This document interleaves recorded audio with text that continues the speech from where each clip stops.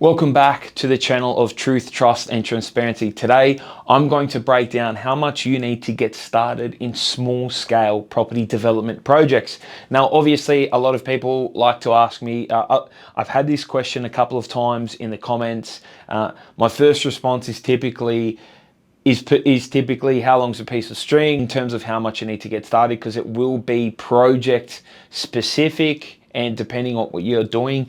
But I'm going to show you a way that I use to not only calculate how much I need to get started, but also a way to double check other people's work. Now, social media, everyone's posting and everyone wants to be a property developer and post about how much money they're making and how good they are. I'll be quite honest with this. I think 99% of those videos, 99% of those people aren't making anywhere near the amount of money you think. Is the reason why is because they don't know their full costs. They don't know the entire cost of the project. They come in early, or they come in early and they say, oh yeah, I'm going to make this much money before it's actually finished. And their pride and their ego won't allow them to actually show how much after the project's finished that they will earn, or they'll fudge their numbers a bit. I've seen it multiple times. To be honest, to me, no one's safe. If I see someone popping up online saying they're making millions of dollars, I'll find the project, I'll run the numbers, I'll do the DA, and I'll actually check. There's multiple projects that I've checked to see if they're actually making as much money as they say. Then thank you so much for enlightening me to where I need to redeploy my funds to get into those sorts of projects. But good chance is they'll go, oh yeah, I'm making $1 million. I'll find the project, I'll run the numbers, and they're making nowhere near it. Maybe they don't know it yet, I'm not too sure, but they're definitely not making that sort of money. So I'm going to run you through a hypothetical scenario so that you can see today how much money you would need to get started, and you kind of can reverse engineer the deal in terms of breaking it down in terms of costs, how much money required. Now it obviously is going to be development specific, but I know a lot of people watching these videos are obviously looking to get started. One of those projects that is typically a little bit easier to get started on is your duplex development. So today I'm going to run the numbers on a duplex development so you guys can see what you need, how it sort of breaks down and funnels into it. So to start off with, let's take a duplex deal. Now let's say you've seen it online. You've seen something online for sale or sold. Usually good to take the sold number because the sale is a guide price and it can vary depending on how much the developer wants. But let's take a duplex, right? And you've seen each side sell for $1.5 million. $1.5 million. That gives you a total GR or GRV of $3 million, gross realization value or gross realization, $3 million for the entire project. Now, the first step I like to do on the total sale price is divide it by 12. Now, when we do that, we get $250,000. We get $250,000. When we times that by 10, we get the total costs, $2.5 million. And then when we times that by 2, we get what the profit is at 20%. So we times that by 2, we get 500,000. So now I know if I do, and as a developer, you're looking to make 20% return on the total costs of the projects. So these are your costs. This is your total cost total, and then costs. Now, obviously, I know that 20% of that number there is 500,000. However, for a project of this size, you're probably going to be looking at a 15% return because the numbers are smaller and you're just getting into it, or you're starting out in development. There's going to be some overflow. There's going to be some overlaps. There's probably going to be delays and a few cost blowouts. So I'm instead going to times 250 by 1.5, and that will give me $375,000 of profit. And it will mean my costs are actually $2.650 million. And then if I to costs. So we know to get a 15% return. So I know now that to get a 15% return, 375 grand, my total costs have to equal 2.65 mil on this deal for this to make money, right? That's sort of how we break it down. Now, if you haven't bought the site yet, now obviously if you can go back and see how much they've bought the site, you can reverse engineer this, but I'm just going to, for you to say, look, Dave, I want to know how much money I need to come up with. Now, what the banks will do, and again, there's a couple of ways that you can finance it. You can buy the site as an investment, get the DA approved, then go for construction finance, or you can buy it as, a development site, and then do a land facility, or if it's CDC, you can roll straight into construction. But typically, like development finance, for example, is going to lend you 70% of this number. 70%. 70% of this. Now, if you're trying to put a project together and you say, oh, Dave, it hasn't sold, but I think it'll sell for 3 million. What is likely going to happen, and will happen on your first couple of projects, is the bank will do a valuation on the project if you've got a DA approved. Even if you've got, $1.5 million, the valuers are super conservative. We don't like that, but it is what it is. The banks might come back and say, oh, look, we're going to value your project at $2.8 million, David, and we'll lend you 70% of this in order for you to do it. That number is 1.96 million. That amount that the bank will lend you is also inclusive of the interest amount that the total project brings in. So think about it this way. When you go down the development finance route, and I say, look, I'm buying this bit of land for, call it $1 million, and then I'm going to build something on top of it, and we'll get into that later. I'm going to have a interest component for both the land and then the construction. The bank's 70% will include that interest component. Now, for a job this big, I'm going to make the assumption it's going to be about $220,000 of interest, cap rate, all those kinds of interest, line fee, estab fee, all those sorts of things, which means we take that from one another. Means the bank will lend me $1.7 million. So I say, okay, $1.7 million. Now, let's go back on this. My total costs are going to be $2.65 million. Let's start to break down what the costs need to equal for us to get to a $1.5 million duplex. Now, the first one we may or may not know is going to be land. We're then going to have closing costs. We're going to have planning.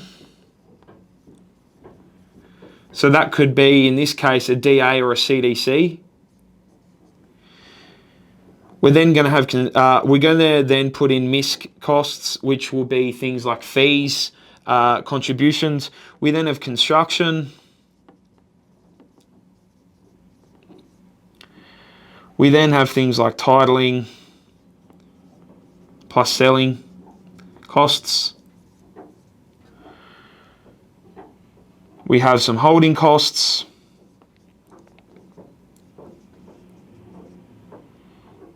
We have a GST component, and we have that initial interest component. So now let's start to fill in here what we know. So we know that this total will need to be $2.65 million. So let's feed in what we know. Interest is going to be $220K. $220,000. Holding costs will only be about $5,000. because we know the interest is capitalized in the loan. Titling and selling costs, you're looking about $95,000. So that's going to be your 2.2%, all your selling costs as well as your titling costs. Construction, now for a $1.5 million build, I'm going to make the assumption you're going to spend on this duplex $1.4 million. You have miscellaneous costs of about $50,000. Plant your CDC, you're going to look at about $70,000 all up. Now already, before we've put the land and the closing costs and the GST costs, we're at we're at about 1.6 mil. So we know that closing costs, GST, and then land, let's work backwards. So if I put in a land cost of $600,000 and I put in closing costs of 50K, that would mean I have GST of about $250,000. So automatically now, when I start to layer in what all my costs are, I get an understanding of how I make up this cost base and how I get there. So let's run through a few things. Land price, $500,000. There's about 50 grand of closing costs. Let's just say, stamp duty, legals, all those kinds of things. 70 grand for my DA or my CC. Miscellaneous like council contributions, all those little things, about 50 grand's worth. $1.4 million construction to get us to a finished product worth this amount. We have titling and we also have selling price. So obviously 2%. So obviously 2% of that, 2% is 60 grand, 2.2 is 2.2, 66, plus all your other selling and titling costs. Holding costs 5 grand because the interest is capitalized in this amount here. GST, obviously margin scheme, 3 mil, 500, 0.11, and then interest of the 220. Now that gets us to the cost here. Now you're probably thinking, okay, well, what do we do from here? This is what happens. There's two ways to finance this. Conventionally is, let's just say for the $500,000 loan, I go and buy it as an investment property and I get this approved. Let's run through how much that would cost me. So 100 grand would be for 100 grand deposit. We have 50 grand of closing. We have 70 grand that you'd need up front of 70 grand you would need up front of the planning stuff. You'd need the 50 grand miscellaneous. You would have the you would need the holding cost, and then you'd need about 15 grand for the titling and the selling. So you need an extra 20 grand just there. Now, so all up, $290,000 to buy secure land, get it sorted. But this is where you could get stuck. So your land price is at 400,000, right? You're going to go to the bank and say, hey, Mr. Bank, I have got a project here. I've got a $1.4 million building contract. I have a debt so far, of $400,000. I want you to fund the construction amount, which is $1.4 million. Remember up here, I said 70% of 2.8 mil will give you 1.96. Then out of that, they'll take their interest rate, they'll take all the interest, meaning they will lend you $1.76 million. Now, those two together is 1.8, so you would need to come up with an additional $40,000 top up, meaning you would need for this particular project in the vicinity $330,000 to be able to do this deal. Again, 2.65. So you're almost getting, rule of thumb is the money that you put into the deal, try to get 100% return on your money. So try to get, if you're putting in 330, try to get at least 330 back.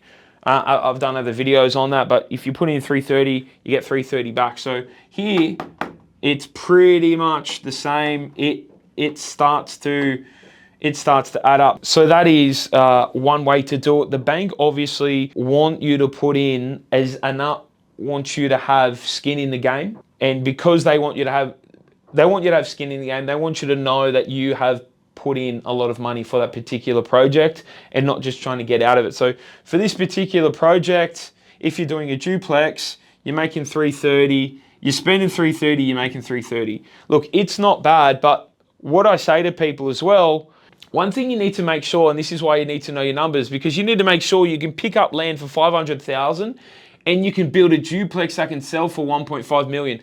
There's a good chance that you're not going to find land for 500,000 and in the same suburb you can buy a $1.5 million duplex. So if you reverse engineer another deal, and I'll come over to this side, what if you were looking in areas where the land is about $1 million? $1 million? $1 million for the land.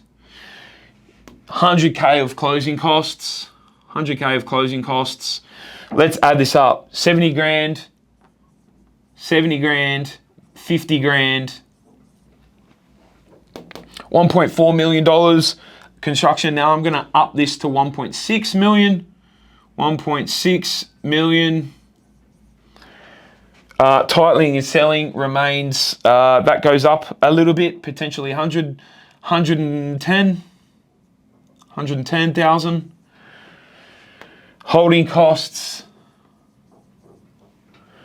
$250,000. GST, let's just say it goes up a little bit too. Interest, $250,000. Now, what I'm going to do is I'm going to add this up just quickly. Now, the total cost for this, 3.485000. Divide that by 10 is 348, times that by 2. Cool. 697 profit.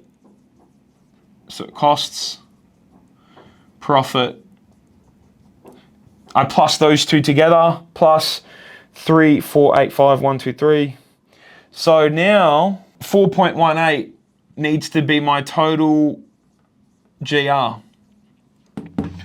So this is an example of how at a more expensive price point, the profit is larger. At a more expensive price point for that base land, the profit is larger. Remember, you don't have to go too much more on the construction, but what you do have is the greater sales. So the sales here only need to be 2 million and call it 50 each, which you can find 2 million duplexes in most suburbs in Sydney.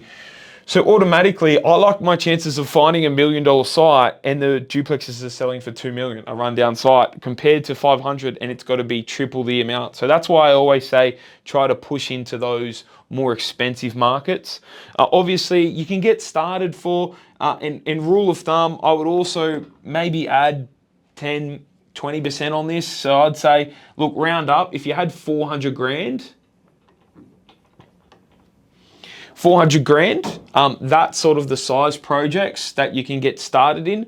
But also remember as well, you're making 375. So if you're dividing that by 2, so let's take this profit here, you're going to make $187,500 per year for 2 years delivering that project. So I always think about your salary, about your income. So for me, if you go too cheap and you try to get lower and lower and lower, the good chances are with these sorts of projects, they don't work, because I guarantee you for this particular project to work, you need to land 500. Not much. There's not many projects where the land is going to be 500 and the GRs are going to be 1.5. Now, then it's just not going to work. So that's why if you punch up into the slightly more expensive areas, then it becomes palatable.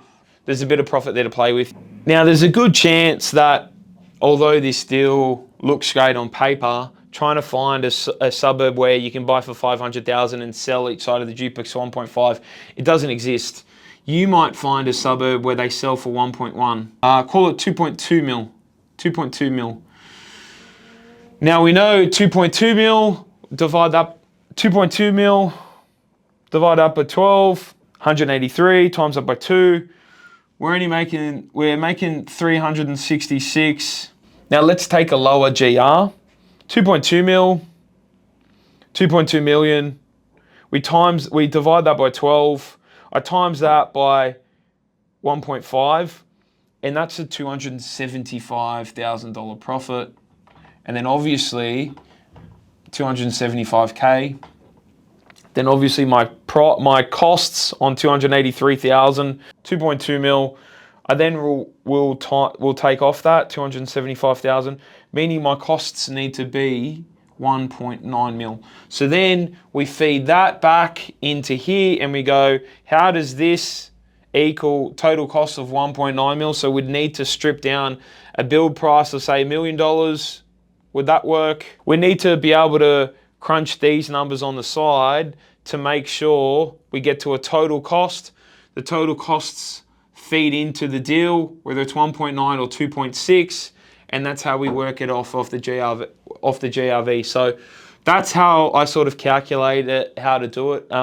One thing that is always going to be a variable is the amount that the banks will lend you. This is off a typical Latrobe facility that I'm using at the moment, but 70% of that GRV plus the interest, inclusive of the interest costs. So remember, take out the interest and then get to your bottom line fee, and then see where that leaves you in terms of your land debt plus construction. So that's it. That is my breakdown of how to calculate how much money you'd need to get into a simple duplex deal. But that is the formula: is find out what the sales price are, work out off that what the predicted profit is, what the predicted costs are. Can you break down the costs into the land price? Now, if you were to look at that same deal of that original and then you saw the land sold for $1 million, I mean, there's only a particular, you can put the land price up, but you can't always have a sale price that's through the roof if you're going to strip money out of your build price. Most people know, like if you're building a really decent sized duplex in Sydney these days, if it's at 3,000 a square meter, you know that build price is going to be well into the $1 million range. So that's why sometimes it takes a lot of time to find a deal that stacks. If you're finding a lot of people doing duplexes, you need to really crunch down through the calculator, and a really easy way to finance them, if you can show the serviceability, is you buy it through a company structure, 20% deposit, do it that way. If not, if you don't buy it and you need to just go straight into development finance, then obviously they'll do this calculation. They'll say, look, we can lend probably 1.76.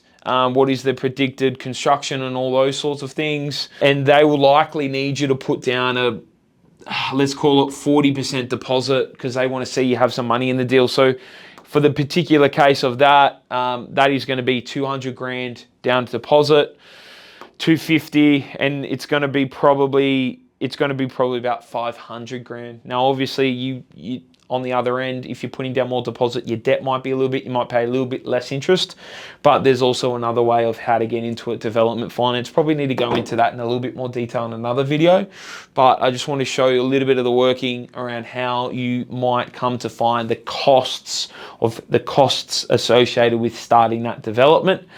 Questions, thoughts, emotions, let me know in the comments. If not, always happy to help.